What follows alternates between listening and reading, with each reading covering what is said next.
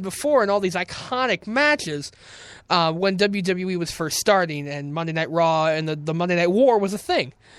And the brand split and everything still, that's before my time. I mean, well, not before my time, that was before I started watching wrestling. Yeah. He adds all this, knowledge and stuff where I kind of piece it all together and bring it full circle.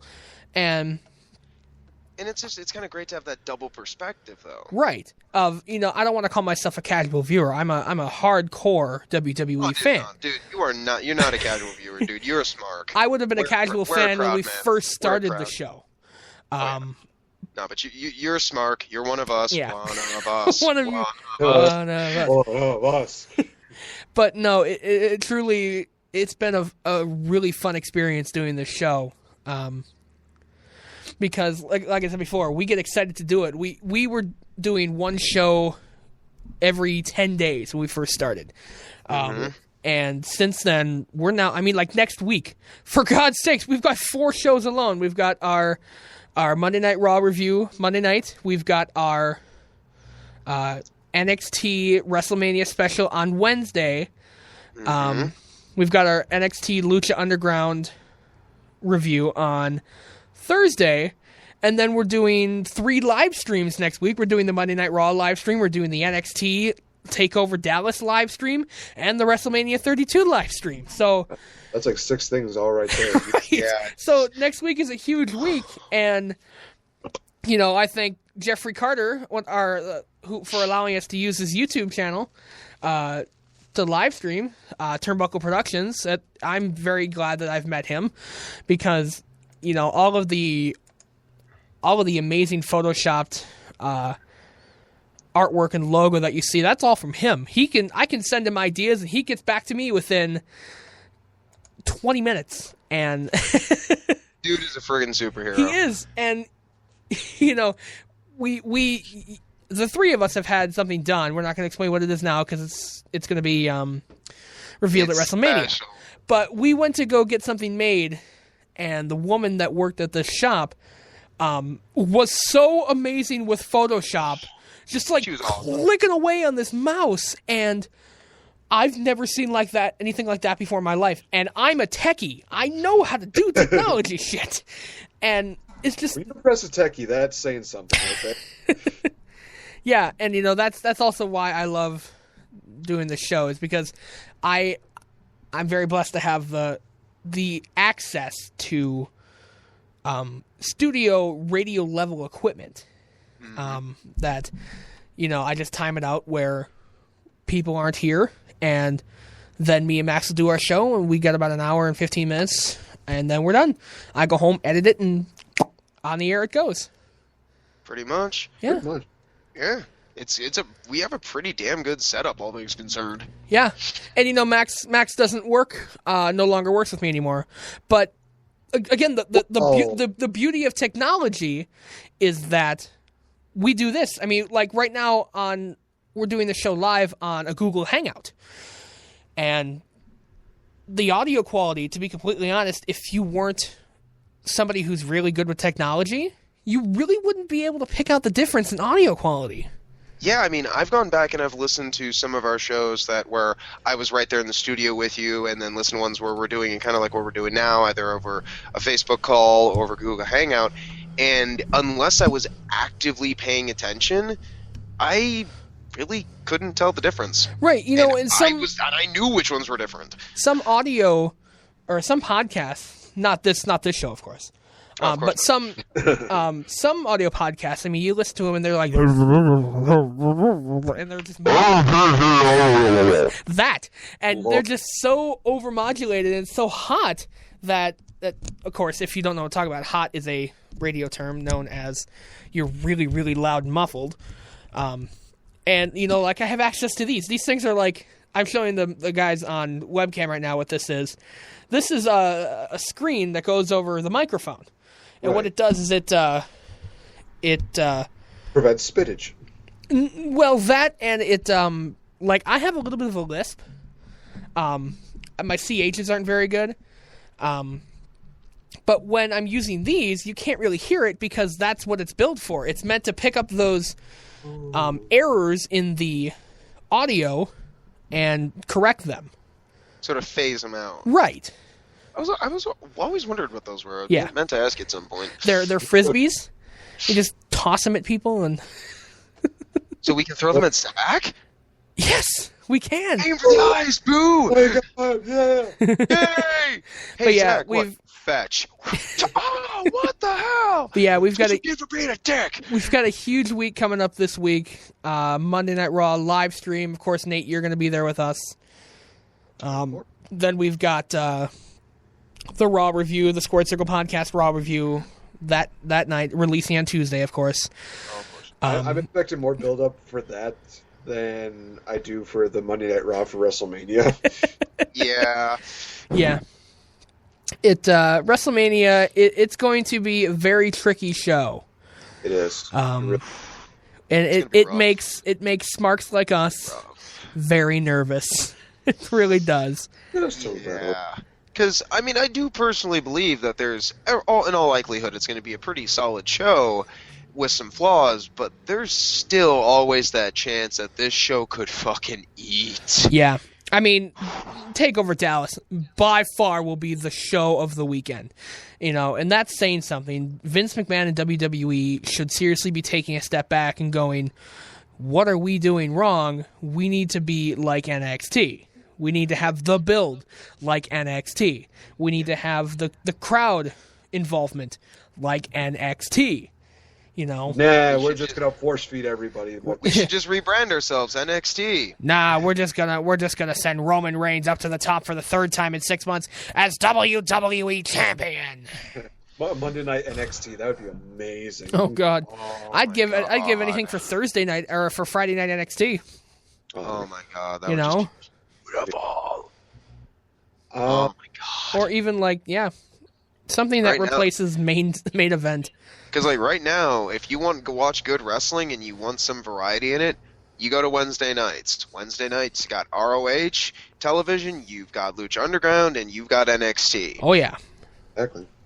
Hell, I think doesn't TNA still air on Wednesdays? No, they air on Tuesdays. They're on Tuesdays now. Yep.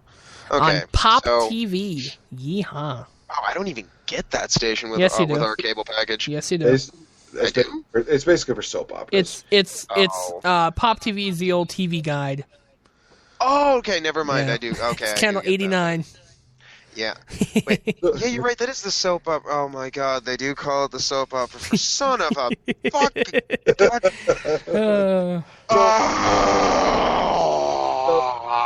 To give my light on the subject of how much fun it is to work with Spencer and Max. I've talked with Spencer and I have actually known each other for we've known each other for years. Yeah. I think first time we met each other was Joseph and the Amazing Technicolor Dreamcoat. For those of you that don't know, it's a musical. It's amazing. It's coming back to Wausau. Definitely go buy it. For those of you who don't know Nate and I, we are huge Broadway buffs. We love theater. We love Broadway.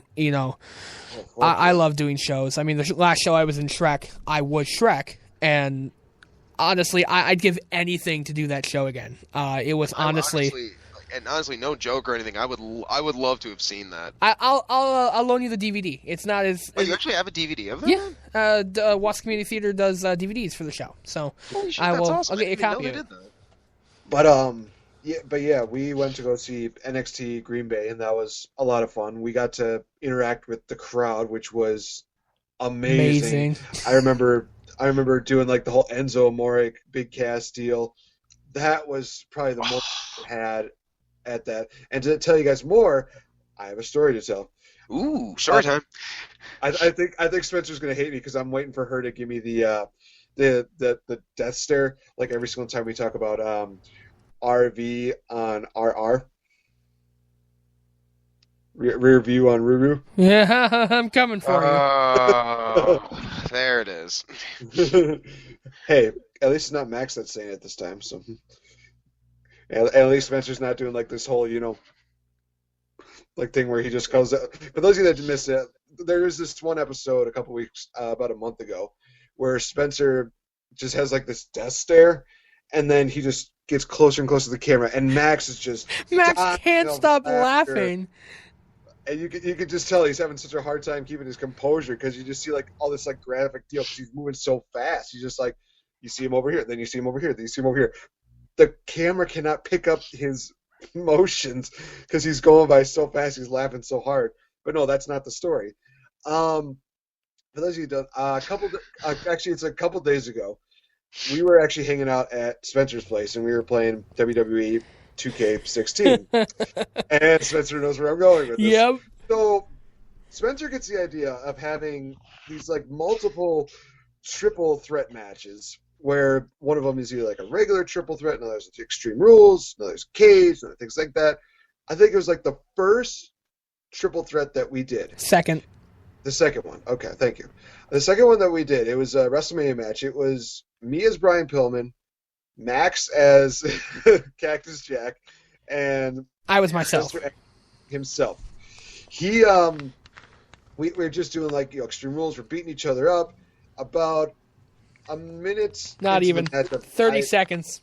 30 seconds into the matchup, I hit Max with a power slam. Go for the cover. And he's not too familiar with the controls, so next thing you know, it's just 1, 2, 3.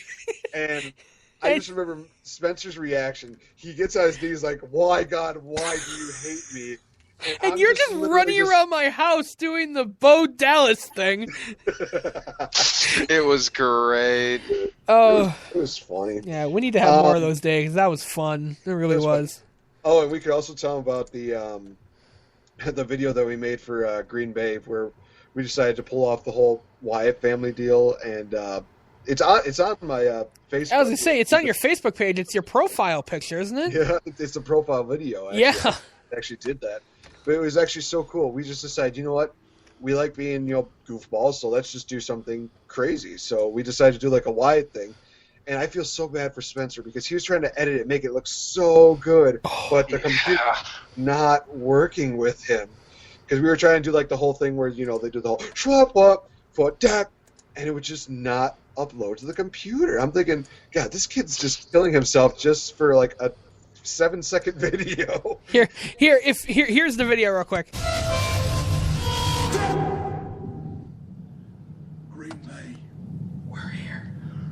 And that's it. That's the entire video. It's just a 7-second video of us doing the Wyatt thing, like the original Wyatt family, where they're, where the shop thing goes off, and they're just standing in a dark room, and then Bray lights the lantern and says, like, "Green Bay, we're here," and he blows out the candle, and we did it with a phone.